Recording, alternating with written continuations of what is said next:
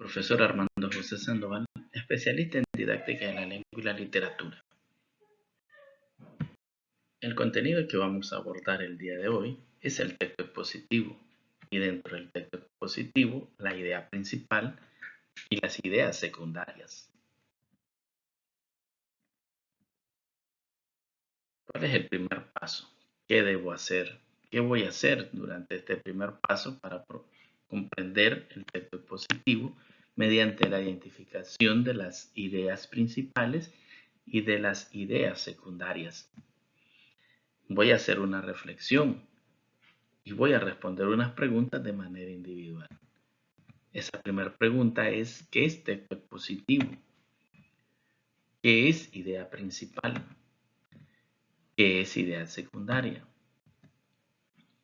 ¿Qué hago para identificar las ideas principales en un texto expositivo? Todo esto es a partir de mis conocimientos previos. Todo lo que he estudiado me va a permitir realizar esta actividad. Luego de haber respondido a las preguntas de manera individual, ahora se responderá en equipo.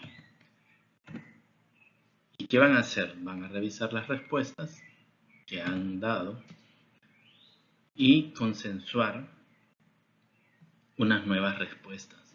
Esto es un proceso de reflexión, es ir del trabajo individual al trabajo en equipo.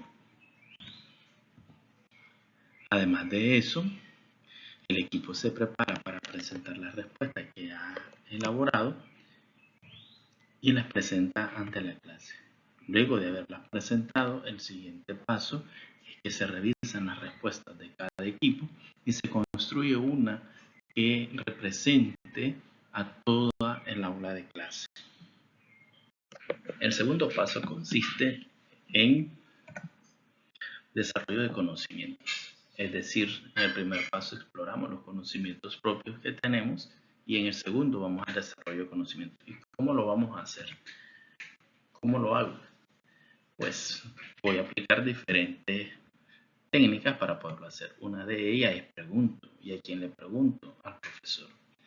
Hago esa consulta al profesor. Puedo también consultar en los libros y puedo revisar en la web. Es decir, que las mismas preguntas que contesté de manera individual y en equipo, ahora voy a buscar a través de medios esas respuestas.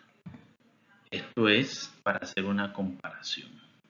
Comparo las respuestas del primer paso, las que yo escribí, las que consensuamos en equipo y expusimos, con la nueva información. ¿Y para qué voy a consensuar?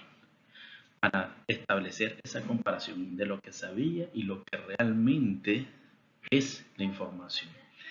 Después de hacer esta comparación, tengo que redactar unas reflexiones como resultado de este proceso. Es decir, ahora podría decir qué es lo que yo sabía y qué es realmente lo que tendría que saber. Terminado el segundo paso, después de haber consultado, voy al tercer paso.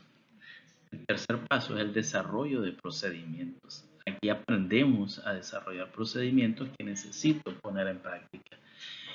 ¿Y qué necesito? Necesito un ejemplo.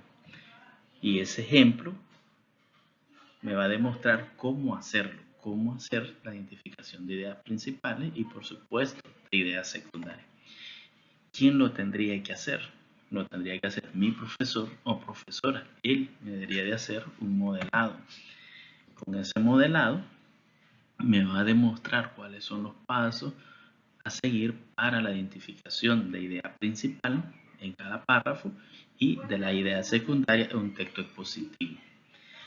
Cuando mire ese procedimiento que aplica la profesora o el profesor, entonces ahora puedo compararlo con respecto a lo que yo dije en el primer momento.